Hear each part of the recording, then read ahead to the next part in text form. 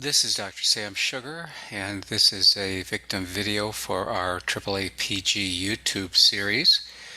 Today we have the pleasure of Liz Weistien joining us. Liz is involved in a very egregious situation that includes not only a possible guardianship, but also a nasty divorce. As you are about to find out, Liz is completely capacitated, and there is no reason to think otherwise. But Liz will be able to tell her story better than anyone else. And so I will introduce Liz to you now. One, go. Hi, my name is Elizabeth Harding Weinstein, and I'm 49 years old.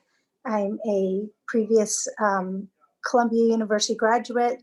I used to be an ER/ICU nurse, and I used to run hospital programs. I've been a stay-at-home mother for 17 and a half years, and I have been trafficked into an illegal guardianship by my domestic violence abuser, Brian Stryker Weinstein, as a tool of expediency for his abuse once I escaped. So it's been pretty horrific. And thank you, Dr. Sugar, for having me on and for highlighting this case. It's pretty egregious, and I just don't want it to be in vain. I want people to be able to acknowledge the horror of what's happening and to help prepare themselves and prevent it from happening to others. So, as a result of this situation, you, a previously wealthy, independent, very well educated, high functioning individual, have been made penniless, homeless, stripped of your rights, stripped of So all your legal capacity, and basically hounded. Is that, would you agree with that? yeah, yeah. My this illegal guardian, Kenneth Bunting, um, not only prevents me. I filed for divorce from my husband a year ago, and this guy not only prevents me access to support payments and my mail and my legal documents and my passport. He also went bank to bank to find an undisclosed account that I had used in my savings in order to have money for daily expenses and to, buy food for myself. And he seized and closed those assets. And what's very alarming, which I want to alert other people to, is that TD Bank, where these assets were held, suspected suspicious activity, but did not at all in any way inform me. And their logic and reasoning was, well, you were incompetent. What's the point? And I said, no, no, no, no, no. You suspected that that was suspicious activity. There's no red flags whatsoever on my account that anything was abnormal, except that a new signer comes on, and you had to run that through your legal department. During the time that you were running through that through your legal department, your fiduciary responsibility always is to the account holder. So And the lesson to be learned here is that even if you think your money is safe in a bank, because of recent rulings with FINRA, and those of you who need to know what FINRA is can look it up, FINRA, gives the ability to even a bank teller to question any transactions in any account and can cause tremendous difficulties for innocent individual. So the bank is also part of your problem, but the real problem you've told me is that judges in two different jurisdictions are trying to do this to you. Is that right? well, what's interesting is it was this case was brought. I didn't even live in the jurisdiction. I had moved out of New York because of my husband's severe abuse and his use. He's a lawyer. He's a partner at Davis Polk and Wardwell, Brian Stryker Weinstein again. So he was able to tap into the legal system in a way that I just had no idea that somebody could even do, and use it as a true weapon against me.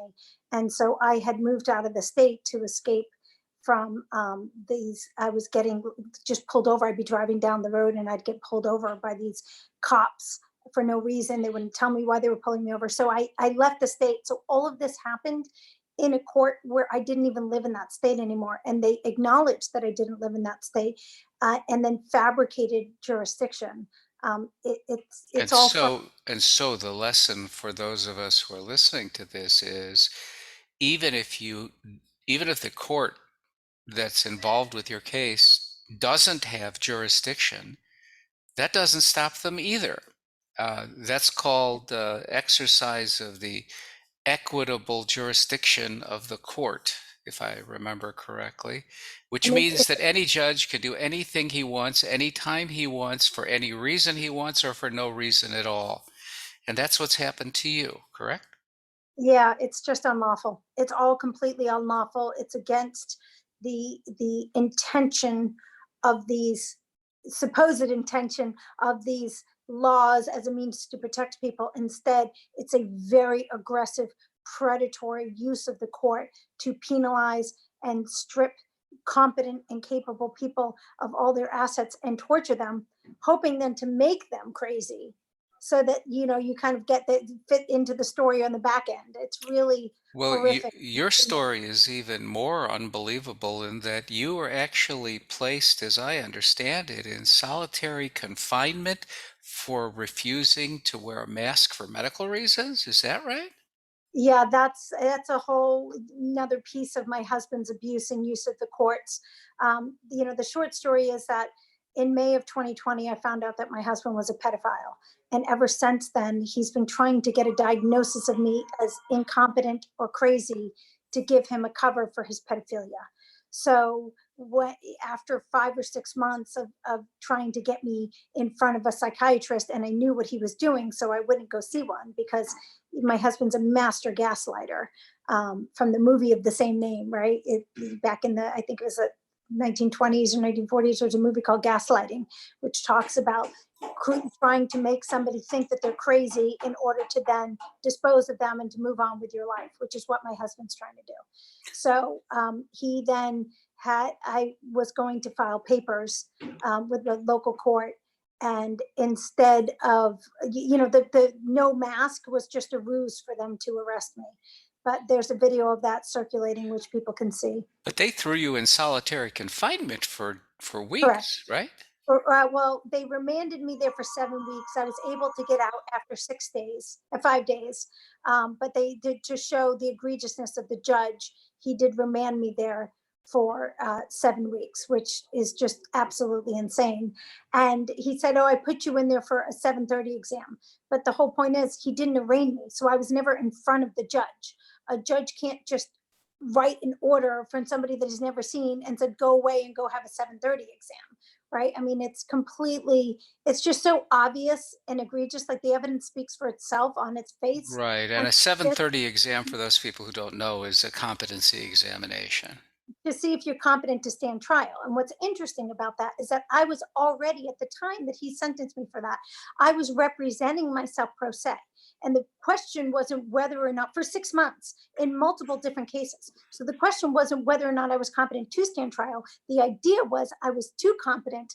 I was making good arguments in good cases, and they were trying to discredit me to get rid of me because they wanted a lawyer over me who they could manipulate. They couldn't manipulate me as a pro se, and it was just coming to a butting of the heads. So the bottom line is here for people who might not have experienced this yet and need to be better educated is that uh, these courts of equity, which don't function like civil or criminal courts, they don't have juries, their rules of evidence are very flimsy, and notifications, all the issues that we associate with due process are all very iffy if they're adhered to at all. And the judge, basically, whether it's divorce court or guardianship probate court, can and does often do anything he wants to do. And there is no recourse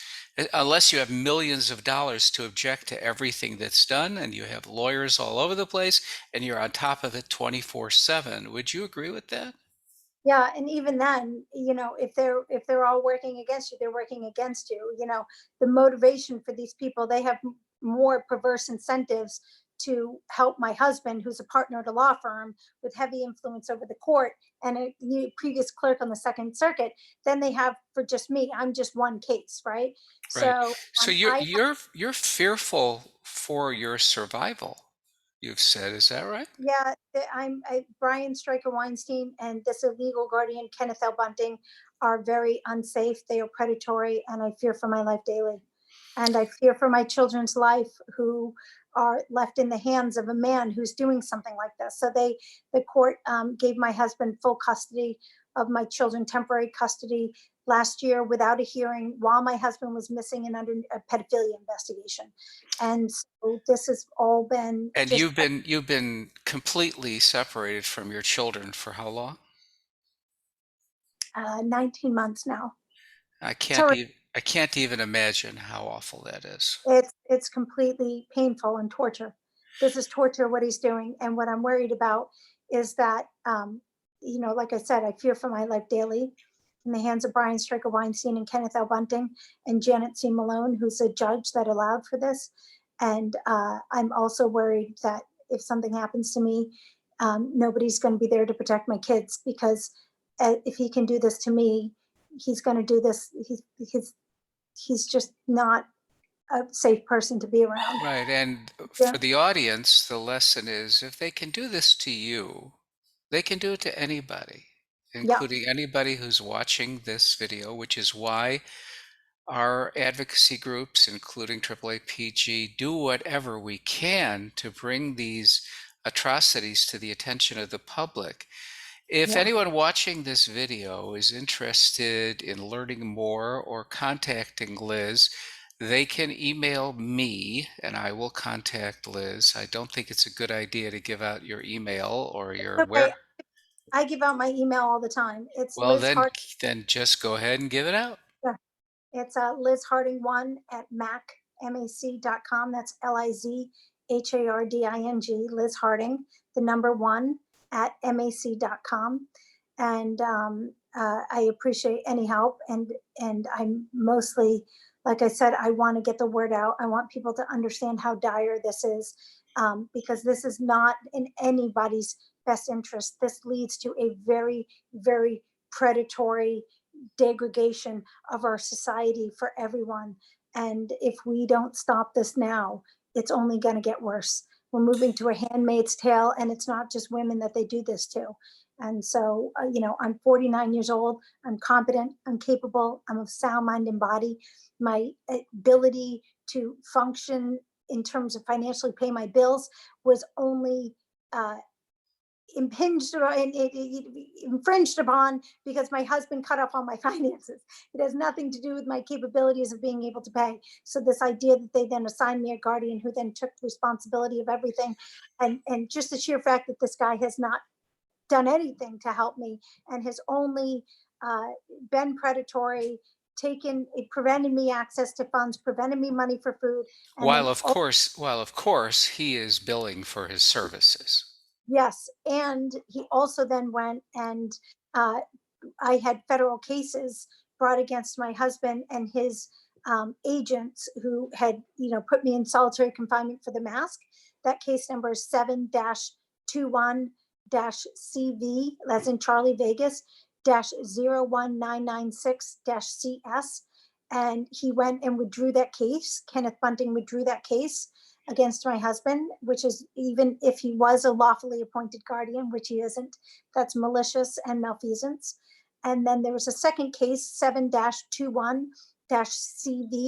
04543, which was a case of fraud in the appellate courts. And And of it course, included my of course, you're so incapacitated that you could remember every detail that you're saying to me from memory. This is a yeah, joke. It's a sick, miserable, disgusting joke. And anybody who has the ability to intercede or help in any way is welcome to contact Liz. I hope we have the opportunity to do a video again that has a better outcome. me too. And on behalf of everybody in our group, I'm sure we wish you nothing but the best and good luck. And we're out there fighting to stop these crazy guardianships. It's a really difficult thing to do, but we're going to continue to try, and we will have you in our thoughts. And hopefully, your experience will lead to some kind of improvement in this situation for others as well. Liz, thank you very much for talking to us today.